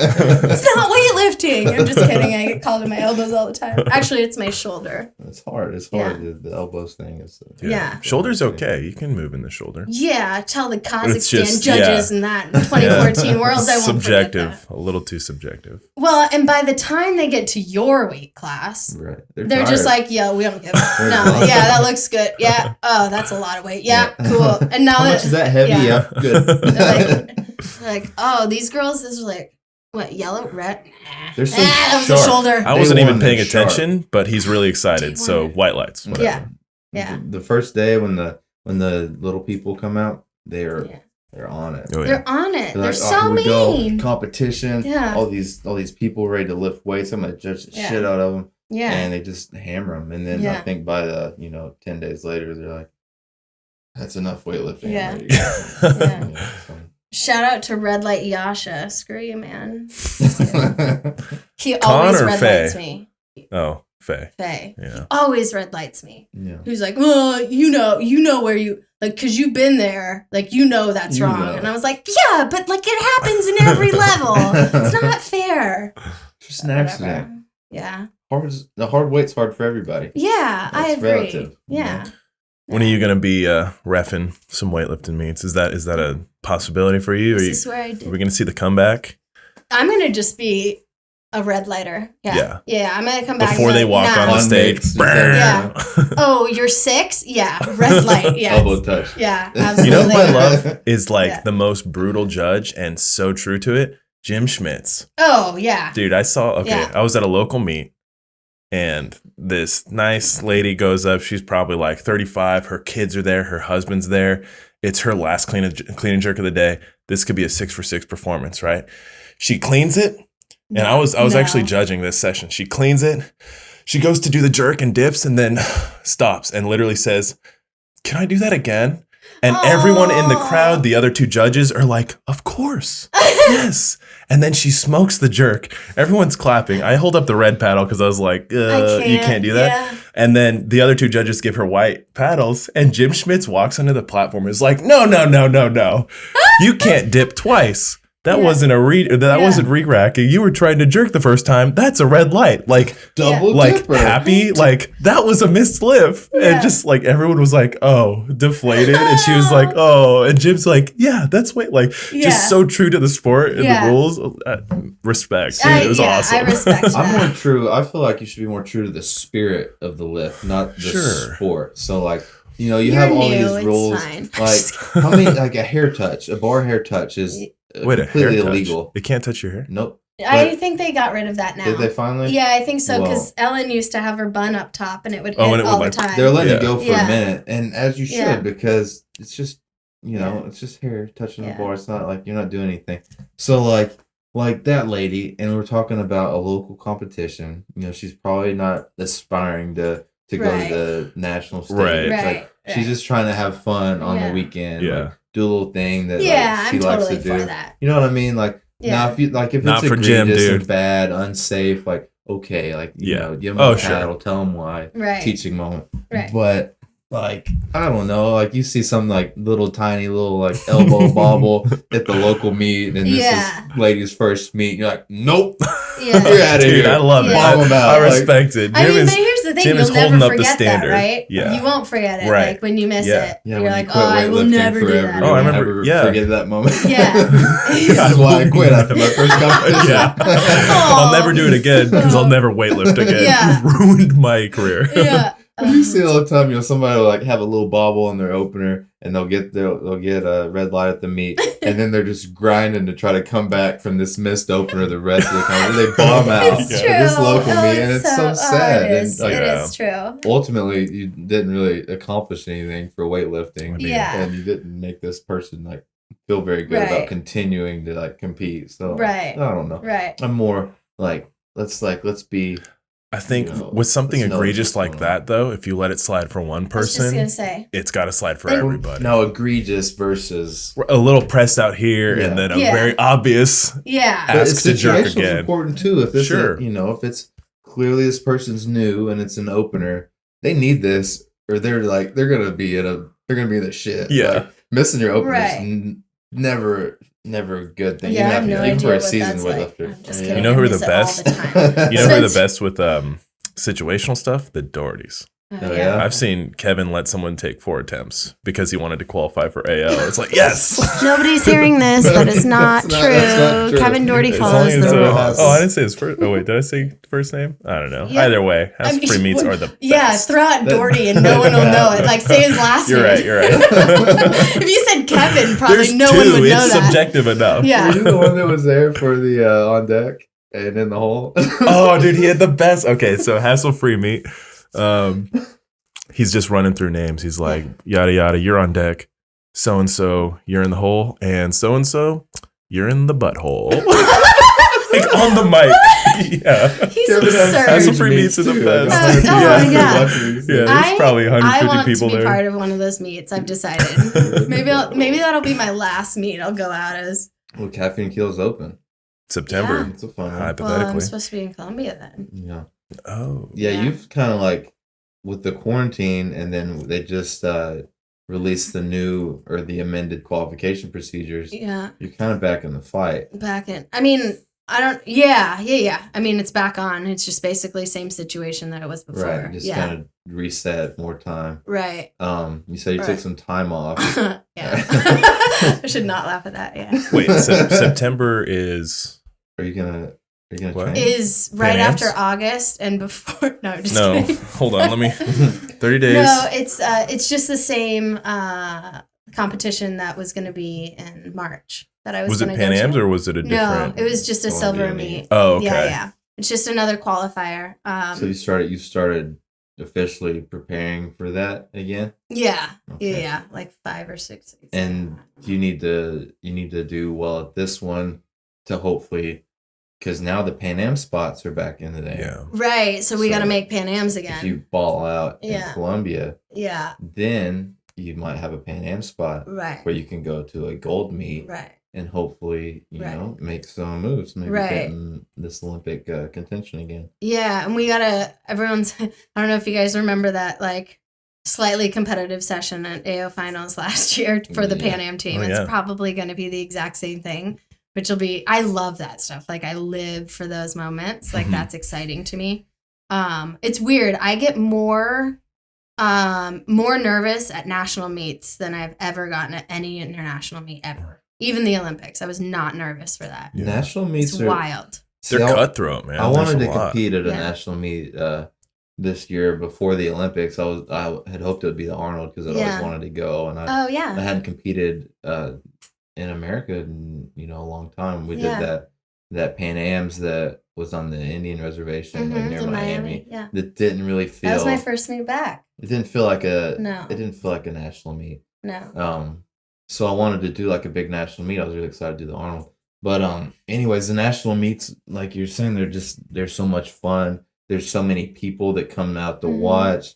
There's like pressure, Wait, like people safe. paying attention. Fun. It's nerve wracking for Well, yeah, me. but yeah. Well, That's isn't that kinda the fun fun. part though. Yeah. What? Because it gets you kind of rattled, and then you have to grind and. I like to just like jam through and be like, Mm. yo, we're doing this. Let's go. Like, I don't like hearing everybody in the back room. That's why I don't know if you've ever seen me. I have headphones in all the time. Yeah. But I think there's like this element of like knowing the people, like on a personal level that you're competing against, knowing the coaches know you, Yeah. So like everyone's like all eyes are on you all the time and you're hearing everything. Yeah. Like in an international competition, everyone's speaking different languages. So you're Mhm. like, yo, Yeah. I'm in this bubble. It doesn't matter what they're You're saying. in some other country, like Right. people probably, less people are on the stream than Right. would be at a national meet, Right. So like, Yeah. there's just not as much like extrinsic pressure, Right. You know that you're just trying to win this competition, and Right. you don't really care like who sees it. There's no like Right. like worry of perception of your performance. Like it's just Right. you and the weights at that point. Yeah, especially if you're in a position for medal contention, you have fans and you have expectations and people sitting in the audience who want to see you do well. So Yeah. versus internationally, there might be less of that, or they're Right. watching online and it's smaller not the audience. same. Yeah. Yeah. But like, I don't, the internet is it's not a very happy place, especially like Yeah. Instagram. But what happens when you have these national competitions and, these lifters are having to like go lift for lift is it's like almost a dumpster fire under every like post or like after every competition of people just stirring the pot. They're like, Right. oh, you should have lost to this person or this person's way Right, better it's than you. so They go cool. to they don't like just pump up the person they're a fan of. Right. They go to the people that compete with that person Right. and take little shits on them. Right. And this Right. this happened to me big time when Oh, D'Angelo, Ian, Oh yeah. Donovan. Donovan, and Ethan, like Oh, we were, gosh, I there's a remember bunch all of us that. that were like all pretty close to one another, and like it was on everybody's like Yep. post, just little shits, just on Yeah. like, and it's just like it doesn't. I mean, that's not what it's about, anyways. But it does like add pressure, when does. you know that people are really paying attention. You want to prove someone wrong too. And Yeah. like, and it shouldn't, like, as like professional, mature adult athletes, like Right. this shit shouldn't matter. But Right. when when it is like a competition, it kind of does. yeah. Mhm. And you want to like show everybody that you're the dude. You know what I mean? Right. You're Yeah. the one they should be I guess I'm just supporting. Or I'm not watching. there yet. That's how I'll know I've made it, is when I get shit on at national meets, because people are very supportive of me, and no one is like, You know how to poopy comment? no, man, people are pretty cool. For everyone watching, just go ahead and shit on my Instagram and give me some Okay. fire. Make me feel like I made it to the top, where I have haters. Well, you're a American Open champion. That's retroactively. Yes. In the 102 class. So you guys go. Lane Even to Jake though about that. the actual gold medalist beat me fair and square, he whooped my ass. He's a great dude. Yeah, a little. That's Well, y'all little, go get on Jake. He doesn't deserve that. Yeah, You don't deserve gold Cancel medal. his ass. Let's False. go. Cancel Jake. Oh my god! Hashtag cancel Jake. Jake. Yeah, that's all I'm gonna do is if I see your post, I'm just gonna say Perfect. cancel. Elbows? Question mark? Yeah. Question mark? Yeah. Do you even know the rules? Yeah. What is that? A second dip? Red lights. Just 3 red light emojis. Yep. Yeah. That's the unfortunate part, and I think competing in the States, there's like a level of expectation that you feel internally when you show up to those meets. Yeah. And I don't know how someone would get away from that. But yeah, I definitely don't like competing nationally as much as I like internationally. And they're all super organized, but I can't put the finger on. My only thing, and I've always said it, is that like I can just understand what everyone's saying. And so that's distracting to me. Yeah. And then I think there's a lot of running around. There's a lot of like mobility in the back room Yeah. that there isn't in international Yeah. competitions. Yeah, in international, usually Yeah. everyone in the session gets their own platform in the Right. back. You might have to get 3 people Right. on one platform, depending on the Right. space for an American Right. Open It or a does seem nationals. There's a little Right. more going on. Right. Yeah.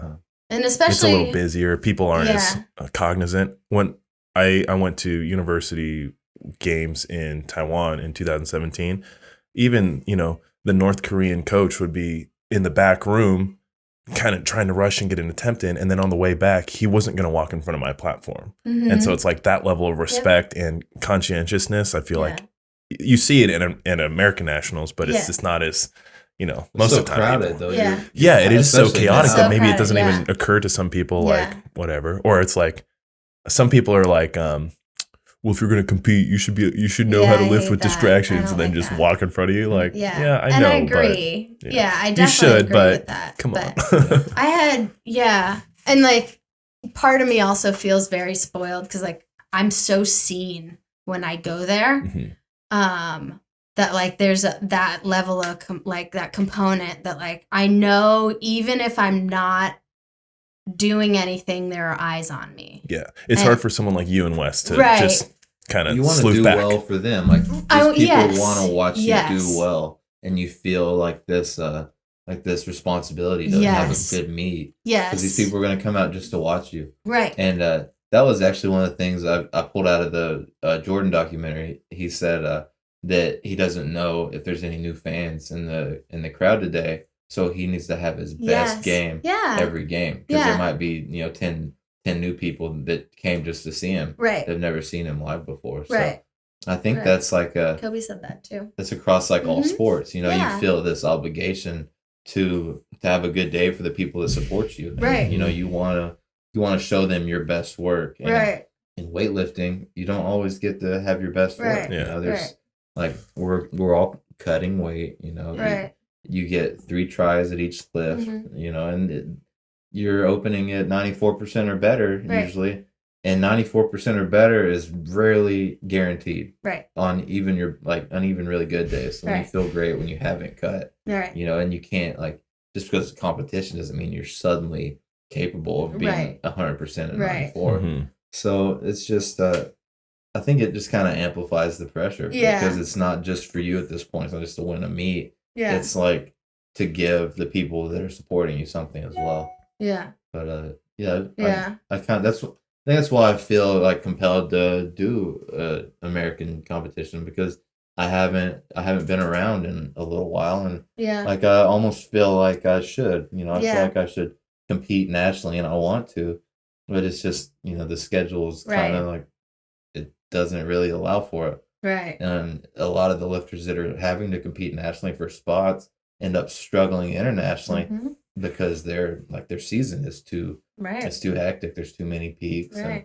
you're just always like trying to fight for these spots, which is happening to you in the 49s now. Yeah, it's tough. It's tough to make gains when you have to go to these competitions all the time. But I think it's that internal pressure of internationally, I feel it that I'm doing it for myself. And obviously I feel that nationally, but it's also, I feel this internal pressure of like, I mean, those people are happy to just even see you and see you in the flesh and in realistically, they don't care. Like if you do bad, they're still gonna like love you and appreciate you, but you feel like you owe them that good day. Yeah. I definitely feel that because I don't know, there's a level of honesty being out there and being able to perform under any given circumstances. And that's kind of probably who I hold on to as a person, that doesn't matter where I'm at or where I'm in, I'm still going to be this person. And I want you to see that. I want you to know that I'm a competitor, where you already know that, right? But there's a definite different element to it nationally. What's your take on, so you're going through 2 quads and the selection procedures for last quad was much different. Yeah. How do you feel about is one better than the other? Did you compete nationally more last quad because it was just a trials, or? Yeah. Well, last quad I had more international meets than I had national meets. So I think I had 11 or 12 international meets, I think it ended up being at one point, and I had 8 national meets maybe. I think there's got to be a balance for in between of the qualifications, because this one you think is a little too much. I think it's just weird because it's more of a numbers game and you're able to manipulate it a little bit better. Okay. And I'm hoping with everything that's going on with the IWF, that will start to kind of hone in a little bit of how we can balance that out so athletes aren't competing as much as they are. Right. But I don't know how you do that on a world scale. Right. We do it nationally. The way we did it last quad was great because everyone had to go to these national meets and compete for spots. USADA is pretty trustworthy. Yeah. So I get that, and I get the IWF is trying to do something like that, implement something like that. Weren't right yet, but maybe now. Yeah, but you I heard also about I guess there's some kind of a investigation done after that German documentary. Yeah, it's out. So, I didn't read it all. No, I didn't read the big report. I just read the summation. But yeah, clearly, they were putting on a front, and they were using America to kind of lead this war on drugs that behind the scenes apparently wasn't realistic. And I think they were testing American athletes because I got pulled by the IWF for out of competition testing multiple times, because when the agents get here, they let you know if it's USADA or IWF that ordered it. And I don't understand. It doesn't make sense to come here where we're already under scrutiny and test clean athletes while you know that there's big name world champion weightlifters that aren't being tested at all. Right. And it was just it was a farce. They were trying to make it look like something it wasn't in order to keep weightlifting in the Olympics. And of course, I want weightlifting to stay in the Olympics. On one hand, I feel really strongly that we need to keep weightlifting in the Olympics. Yep. But on the other hand, it is disheartening when you go to these international competitions and that you're under way more scrutiny than these other lifters. Yeah.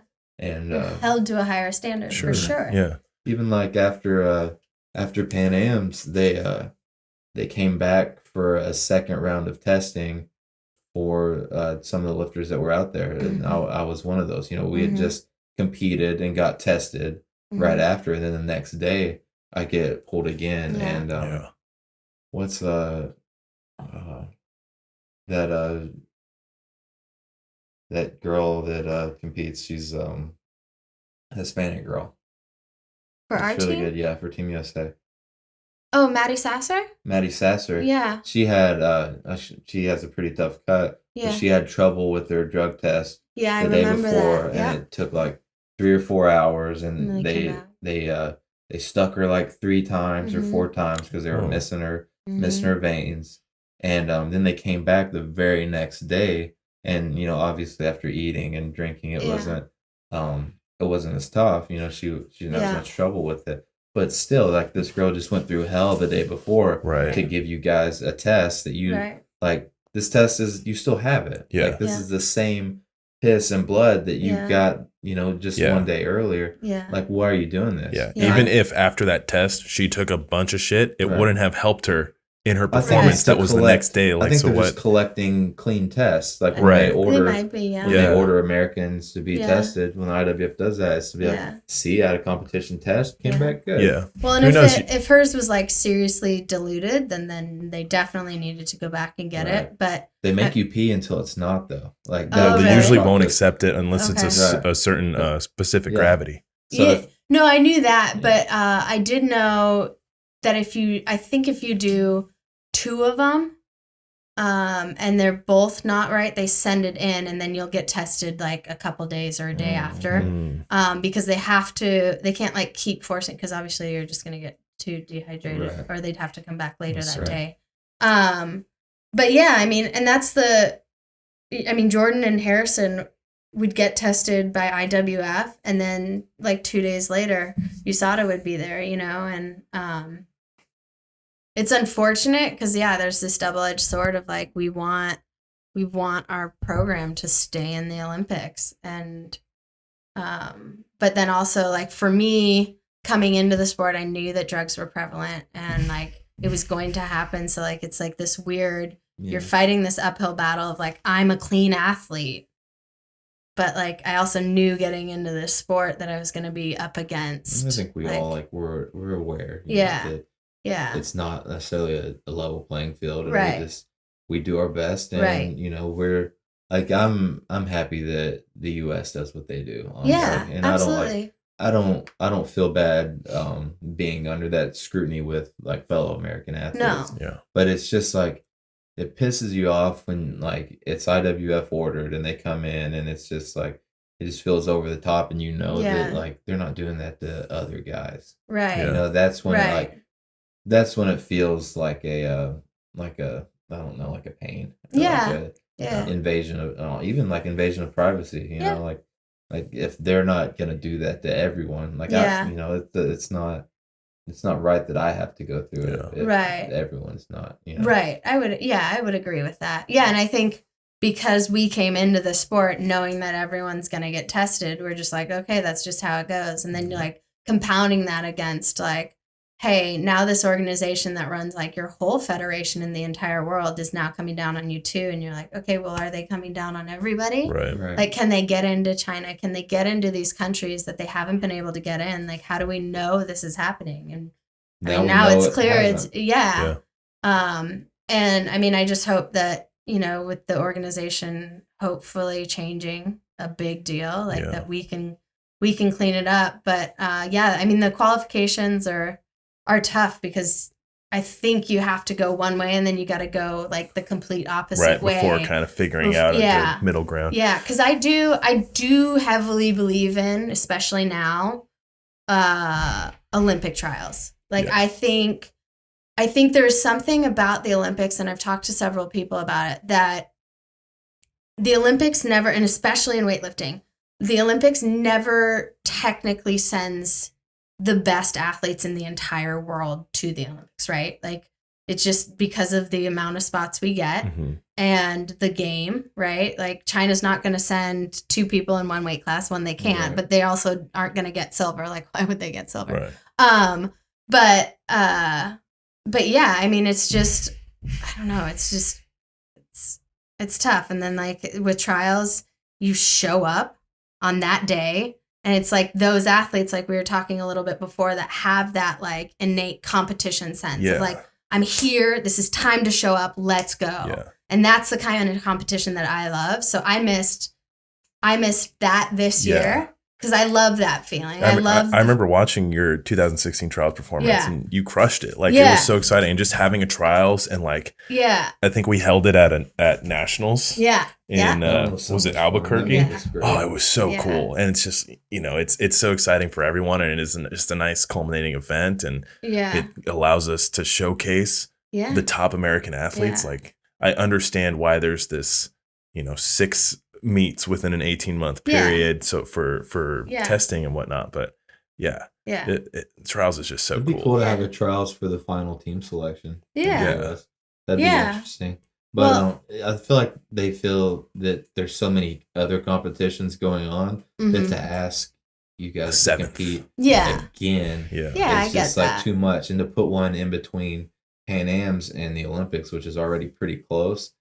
Well, would they just- can't with the qualifications because it's a point system. Like they Yeah. can't just then like Yeah. subjectively choose somebody. Right, Like because- that's just not how it works. Right. Like they probably do that in other countries, but Yeah. that's just not fair. There's something to be said for like the demand of consistency in this new qualification. Yes. Because you have to consistently be good Right. for a year and a half. You Right. can't like And that's why I like it. And that's I think that's cool. And you can't like what it really prevents is the ability to like run like a drug cycle, have Mhm. one big blowout meet, and then you can go Mhm. hide until the Olympics. Right. Mhm. But I mean, it's just I think it's cool that it's gonna select the lifters that are the best consistently, Right. not the best once. Right. And realistically, if you win or do well at Olympic trials, you're Yeah. probably consistently better than the lifters around you. But Right. you're also a good competitor too. Right. Yeah. You know, Right. 'cause Like it- Kendrick. Right. Right. Like Kendrick, and I know that it was like when it all first came out, it was like kind of like the Kendrick rule, and I love Kendrick, right? And he did it so well Yeah. for so many Olympics because he's like, "What? I'm gonna go disappear. I'm gonna get healthy. I'm Right. gonna Yeah. stay strong as shit. Weightlifting is like second nature to me, and I'm gonna come back when I need to." And Yeah. everyone got so angry about it, but it's like, That's Yo, a strategy, it's and that's so a valid smart. strategy. Yeah, absolutely. yeah, and especially with like at that point, like how Yeah. much he was lifting. Right. It was Who knows? like, Yeah, with Yo. and especially his lifting age and his actual physical age. Exactly. If he had to do this Olympic procedure, He's who knows? three-time, Maybe. right? Yeah. He's a 3-time Olympian, right? Yeah. Yeah, like you're gonna ask someone a 3-time Olympian. Like, could you imagine if they asked you to compete for 18 months, like hard, for 12 years out of the like? So I don't know what that is. 36, 40. What do we do? I'm doing the math of like 44 months Yeah. that you would yeah. have to basically be Right. peaking. Like your longevity in the sport. How could you do that? How could you do that? And as a totally new thing too, right? Right. Like we don't even know right. if that's doable right. in right. this sport, Right. right? And I Drug think- For free. me, I've definitely have felt the effects of this qualification procedure this past year, and I didn't even compete as much as you and the Right. 49s have, and Right. like it And I felt didn't like even a compete ton. the first 2 years. And I feel like I'm treading water, like in my training Exactly. too. Like I can't necessarily. I don't feel like I can improve because I'm just like I'm slapping band-aids on shit that I need to Yeah. like fix Right. and work on. right. And There's a point of it's setting diminishing me back. return. Like, right. When you train like that or when Yeah. you peak Right. like that, it's just Right. not sustainable. we're getting the Right. surgery a month out from Worlds to get a cyst out. Yeah, right. Or like right. getting like I'm asymmetrical from this. I'm like fighting Yeah. through it. Yeah. My knee had like gotten pretty Right. shitty, and after the quarantine, like I Yeah. almost felt like I could exhale. Mhm. Just yeah. Yeah. And we took a little break, and I'm Yeah. starting to feel healthier and feel like I want to weightlift again. But I like that it requires consistency, Yeah. but there has to be like a happy medium. And Yeah. the only thing I really feel like they screwed up was the ability to move around weight classes and carry your Mm. Roby points. Like, It's tough. well, it doesn't, because you can. Why do you we can- have non-Olympic weight Well, you classes? can take Like, all. They wanted all these, Boxing and wrestling do as well. and then they didn't want to It's have to- all that in the Olympics. well, it's that also was- just to give bigger participation. Oh. Because you want to, obviously at Worlds, you want to make a lot of money for your federation too. Right. So you want to Okay. include as many people. and the Olympics doesn't want to give out That many spots. medals. Yeah. Right. Right. So, Oh no. uh-oh. We gotta start over. Oh God. Introduce Okay. yourself. But I'm Morghan King. It's so good to be here. it just Thank you so can much. you can score all your Roby points in a weight class that you're not even going to go to the Olympics in. Mm-hmm. Like I kind of got in a position where I'd done some meets as a 109, and then I weighed in as a super just to like go and get a meet in, and feels like, okay, well, you can't weigh in as a super again because your Roby score is really high for a super. So I just take these 109 points up into the supers, and all of a sudden I'm like top 8 in this category, but not by strength, by these Roby points, these made up points. And like that doesn't make any sense. Right? I said that if you're gonna go into a different weight class, you should have to at least like take scores from that weight class and use them. You shouldn't be able to just like qualify out of a weight class and then be in it. Mm-hmm. And I understand that they did that so the non-Olympic classes have a seamless like comparison to the Olympic ones. But again, it's not necessarily it's not really a good way to do it, because the Roby, like, it compares within a weight class really well, but it doesn't compare across a weight class at all. Unlike Sinclair, which is essentially meant to bring everyone to one weight class. And it even has its issues. Yeah. But Roby doesn't even make an attempt to do that at all. Right. Yet you can still go anywhere and take your Roby points. And that puts you in a position, that's how Jordan just brought, she brought a shit ton of Roby points down to the 49s. And she definitely proved herself as a 49. Right. But she didn't have to. Right. You know what I mean? I think maybe she wouldn't have. I mean, the numbers were significantly lower in the 49s to the, I mean, not significantly, but I think she would have had to do, I think her best was like 207, and like she would have had to do at least like a 211 or 212 to be in the same position that she is at a 195. When you can move up too, just as easily, and you just take your Roby points. Right. You can load up on them, and you're seeing this in the on the heavier weight classes in the female side. Right. Like and they've made the system that you have to gamify to be successful in, but essentially Maddie's moving up. Maddie Rogers is moving up multiple weight classes and taking a good chunk of Roby points to try to find her spot on the Olympic team. Right. And they just like, the system's not necessarily like bulletproof. It's not perfect. Right. They need to keep working on it, but and it's a numbers game. It is. Like it doesn't come down to like the Olympic trials feeling, right? It comes down to numbers. It comes down to like where you were when you did it, and like all these things. I mean, there's got to be a better way, but I mean, it's also tough because you want to include all these weight classes because there's so many different body types in the world. But like generally in weightlifting, like especially for women, like there's smaller women, like it's from 64 down is like kind of the normal body weight, I would say, for like women around the world. I think it's just, I don't know why. I think eventually we're going to start seeing a big difference, and those heavier weight classes will fill out. Yeah. But whenever you change weight classes, like this always happens, and then you put in a system like this, and it's just like, yo, you shot everyone in the foot. Yeah. It's chaos. Because I mean, for the little weight classes, like the competition didn't change, but like somebody for like Maddie, who was like 69 and then 71, and then also had it 75, I think last time. Like last quad, she could have done that as well. Yeah. And then like, there's just so much movement up there because there isn't enough females in the sport to fill out those numbers. Right. I wouldn't fault anybody for playing the game. And I mean, there is something to be said about the strategy, and you're looking at what this procedure is, and then the coach and the athlete saying, well, this is what we have to do. And that's totally fair and commendable. But it does seem like it shouldn't come down to that. What it should come down to is weightlifting, not not how you play this game. You should. I mean, I think you like genuinely should just send your best 4 athletes, whether it's 2 in a weight class or not. But at least for Americans, and for funding for Americans from the USOPC and donors and all of that, is medals. 3rd place up. It does not matter to us whether we get bronze or gold. Yeah.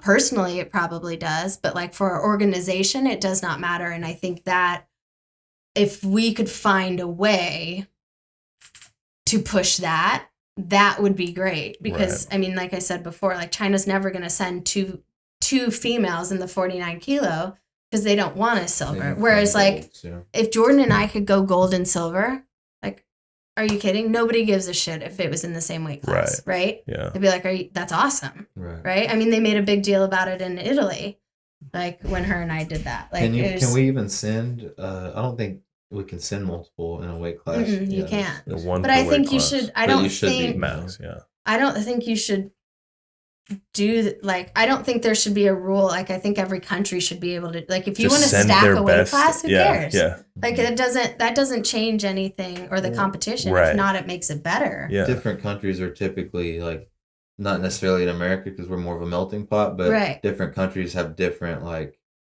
body types essentially. Like they're, you're kind of like in Japan, they're probably the least diverse country in the whole world. So those people are like more similar. So they might be, strongest. They got a bunch of hands. 89s. Yeah, exactly. Yeah. Like, there's typically a weight class that's like more suited to a population that's not diverse.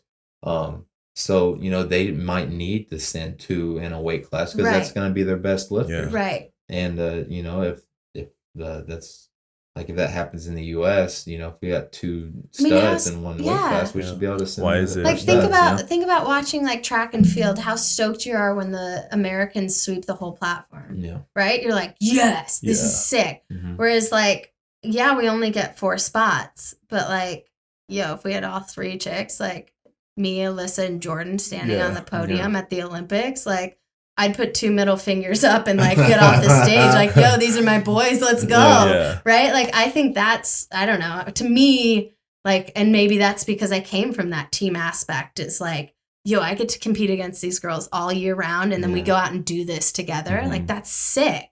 That's so cool. And you guys could like, then it wouldn't be so cutthroat amongst one another. Right. It would be more of like, let's go do this sweep together. The podium. Yeah. And you could be happy for one another. Yeah. And like that would be an awesome look for the US and for the team. And I think you've got a really good point there. That's well, like, and you naturally then turn your back on other people. Like, if it's not like if you are not comfortable with in-person competition and like being around somebody, if you knew that person wasn't necessarily taking your spot, but was going to do it with you. Yeah.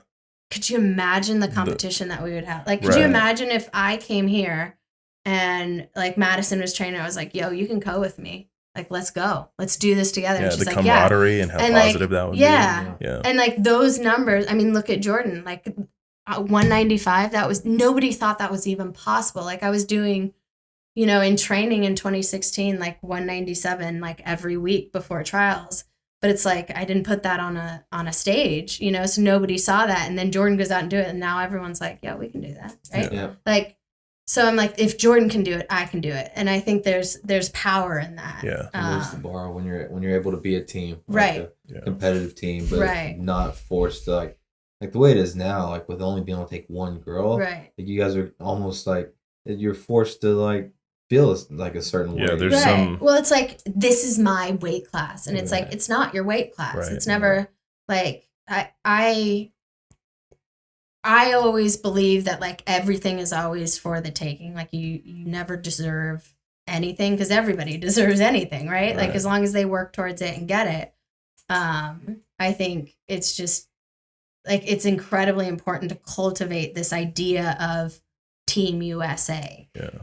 That we're in this together instead of like, I just don't know how you do it. And especially with like social media and like all the rules with the like qualifications. It's like, I don't know how you don't pit people against each other. Cause in sport, it's just in general, it's a cutthroat. And especially a lot of people only get one Olympian in their lifetime, coaches. So like, of course they're going to feel that pressure. Yeah.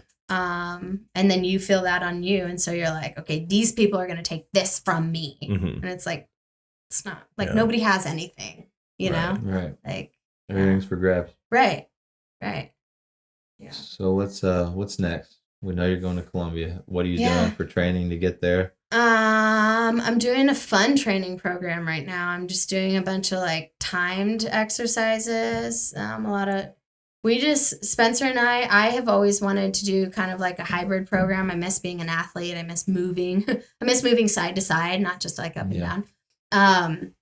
And so we're kind of doing just this fun program to where I can feel confident and just like go in and feel in shape. It's funny. That's exactly that's like what we're right now doing. we're literally Yeah. down to the field Yeah. doing like field work drills, and the first week was Sprints. hell. Yeah, it's like awful, I feel like eh? I felt like I couldn't move my body. Like, Yeah. and it Yeah. hurt to do it. Yeah. And after 2-3 weeks, Yep. now I feel like I can run again. I Yep. can go sideways, and Yep. I feel more like whole and Yep. complete. Yeah. And I was definitely like lacking that. I feel Yep. like I could lift weights, but it hurt to like get off the toilet after my Right. morning poop. Right. Like, Right. you know what I mean? Like, it's just like it's Yeah. a pain. Like, and Yeah. like for life to like not hurt again, Mhm. it feels really good. Yeah. And now I'm more motivated to start training and get after Yeah. it. Yeah, there's a sense of like just being balanced, and like you're like, okay, like this is for longevity. Like I'm getting my body healthy and Mhm. whole, and then I can go back and just shred it. Like it's fine, right? So Yeah. when's Like- the shredding start? When are you gonna? It's a shred. when's it I get mean, serious? can you tell? Like I am so shredded. I don't know. That's a good point. I don't Next know. cycle? Volume? Yeah, I don't know. I don't know anything about When's the training. meet? I don't even know when the that meet September? is. September. Yeah, I just Ooh. do what I'm told. Yeah. I just How many months is that? I think you were like 12 weeks or something out. I don't know. 12 weeks. I don't know. Dude, Yeah, if it's you're making early me September. nervous. Yeah, 3 yeah, months. it's about 12. Yeah. Yeah. But yeah, I mean, I think especially like math is hard. At this point, I just like I want to just make sure that I'm healthy. Like I think I was holding on. I was at that point of like the balance of like holding it too tight and Yeah. like this is mine. And it's just such a burnout, dude. does. It's so Wears you horrible, and down. it just feels horrible. You're shitty to people, and like I was like, that's not how I want to go out. Like I No, definitely, you're just sarcastic to people. yeah, I'm just super sarcastic. Yeah, and I'm fine now. Like I'm so fine. For the Everything record. is great. Yeah, I'm like so mellow. But no, that's why I have to meditate every day so I don't kill everyone. Yeah. I'm just kidding. No. But yeah, I don't know. I just kind of want to like go out, have fun, do my Yeah. best. What do you Like need in Columbia to care less? get on the Pan Am team? I don't know. Yeah. Probably that's- some good numbers. Probably Well, all yeah, at good least day, all huh? the same numbers I've been hitting and more. Okay. Yeah. Yeah. I mean, it just that's the thing about weightlifting. It Let's just do gets it. harder. I'll be Like people watching get you. better and like okay, I'll try harder. Okay, so you crush it in Columbia, then you're gonna Yeah. go to Pan Am's, Yeah. then you have to PR at Pan Am's. Yeah. You go be a freak Yeah, show. go for broke, dude. I'm just all about this. Like, you know what? If like my life isn't borderline chaos or like, I don't know, something big's gonna happen, I'm very bored. Yeah. That's why I decided. I was like, yo, I just made a really big decision. Let's make another one and just move across the country. Fuck Right. it. Yeah. Yeah. Let's be renting 2 states for a while. That's cool. But, you know. Doing good. Yeah. It's fun And that now way. you guys have me. I'm gonna come visit you. You guys As don't- long as Yeah. as long as the traffic doesn't get bad, because it takes me an hour and a half to get here. the hike. Yeah, from Santa Cruz. Yeah. On a normal highway, Yeah. non-quarantine highway, it might be like 2.5, Yeah. maybe 3. Yeah. So I gotta figure out some good times to come see you You're guys. welcome anytime. Yeah. Duh. Hey, I used to have a client that commuted just to have me coach her all the way from Santa Cruz. From Santa like Cruz? 4 times a week. Whoa. Whoa. Yeah, I'm- Where'd they work? They did not drive out here. Yeah, I'm a really good coach. So Is that Wow. no? it? Oh. I bet you are. I try Yeah. that to be helpful. You know. I bet you're a good But, coach. Yeah, if she can do it, you can do it, right? Yeah. Uh, I don't 2.5 have that much hours in the motivation. car is like really good for training. I also her. don't like you that much. So. She's like, I mean, incentives. let's be honest. Yeah, We got a sauna. Hey, Dave's Yeah. here. You have the yeah, sauna. yeah, Yeah. you set that one up for me. Madison probably Like a loves Yeah. it. Yeah. Madison's getting pretty good. I know. That's exciting. Yeah, it is. Yeah. And she's a big fan of yours. So another And that's inspiring. Inspiring. It Yeah. like little girls don't just like are just drawn to go lift weights. It's probably not something that like people just go do. You have to see somebody do it and you're like, oh, Yeah, I little guess girls so. can lift weights Yeah. and they can be good at this. Yeah. You know, 'cause Yeah. I feel like smaller people don't just think of themselves as strong. Yeah. I was always like kind of a dense, like thicker kid. There you go. And like, Huskies? Did you wear I Huskies? don't know. Me and Jake wore Huskies. We're in Really? the Huskies. I don't, Fuck I yeah. might be older. I think that came out right after. Oh, Yeah, you're- right after yeah. me. Right after I got out of the corduroys and polo shirt. Our old Navies were Huskies. Some overalls. I love Little overalls. Oshkosh I'm in the bagosh, process of if you getting will. new overalls. I have It's a process now. well, it kind of is because I want the old ones. And everything is like tapered now. Yeah. Yeah, I'm just not for that. I just want to look like I've been painting all day. I want to look like Yeah. you're on the cast of the movie Deliverance. West Virginia. Nobody? Someone Someone on the watching will. podcast. Yeah, Did Adam somebody get it? help Your him, mom. Adam got it. please. Chevy's. Yeah. Chevy's Should you mom. say Chevy? Chevy's mom. Yeah, the only people who watch this are my mom and Chevy's mom. Oh, So, well, yeah. you know what? My parents will 100% watch this. All right, two more. Yeah, my parents are obsessed with anything that I'm on. I'm like, please don't listen to that. I don't know what I said. But I think I said some nice things Yeah. today. Yeah, Good. Some eloquent things. absolutely. Maybe I didn't say like that much, but Yeah. probably. Is I there- only noticed it once. Is there Just something? now, yeah. Is there something else you want to say before we wrap? Anything else you got for little aspiring weightlifter girls? You look can up to you? do it. Yeah. Play all sports, There we go. please. Don't just do weightlifting if you are young. Do all the sports. Do it all. Do all the sports. Or That's don't how you do get to any. the top, yo. But also do weightlifting. Also do weightlifting as an accessory sport because if I would have done that, I think Division I colleges would have looked at me because I was a small bitch. All right. I was like Everybody needs to 95 train. pounds. That's important. We It's talk about it all huge. the time. Yeah. Is, get in the gym if you play sports. Yeah. And, Yeah. work out, do the Olympic Yeah. lifts, and Yeah. you'll be better equipped for college. Yeah. I mean, Yeah. I had always, I had joined a gym and like I'd done a bunch of like classes. And then in college, I ended up working for Redwood Shores Athletic Club. And a buddy of mine got me actually into like strength and conditioning. Yeah, and I was cool. like, oh shit, this is what it's about. Mhm. So I was doing like all the, like the Yeah. 10-pound weights and Yeah. like all that Body stuff pump. growing up. But yeah, I mean, God, if I would have, I always think about that. If I would have known about that, like going into college, because all I was doing is running and running and running Yeah. and running, because that's what you do in soccer. And Mhm. my knees hurt, everything hurt in my body. And I'm like, shit, if I would have known some sort of strength could have helped me in some power movements. Yeah. That body awareness is so key for you. Yeah. I think that's the Uh, lesson. Make sure you yeah. make sure you're training. Yeah. Get And some you- body awareness. yeah. Do some yoga. Good for You you. gotta stretch. Or play video games and do puzzles till you're 21. I wouldn't. Yeah. I don't know. Take the hard road. Yeah. At least if you're going to play like video games, get a video game chair so your posture isn't terrible. So it's bad on your Cross-legged, back. about Yeah, 6 inches in front of the That's- TV. Yeah, I that's think good. is. Yeah. I heard that's really, really good. Yeah. All right. Well, All right, awesome. thanks, Morgan. Yeah, thanks, Morgan. That's Yeah. awesome. But Great. it's fun. All right. Bye, guys.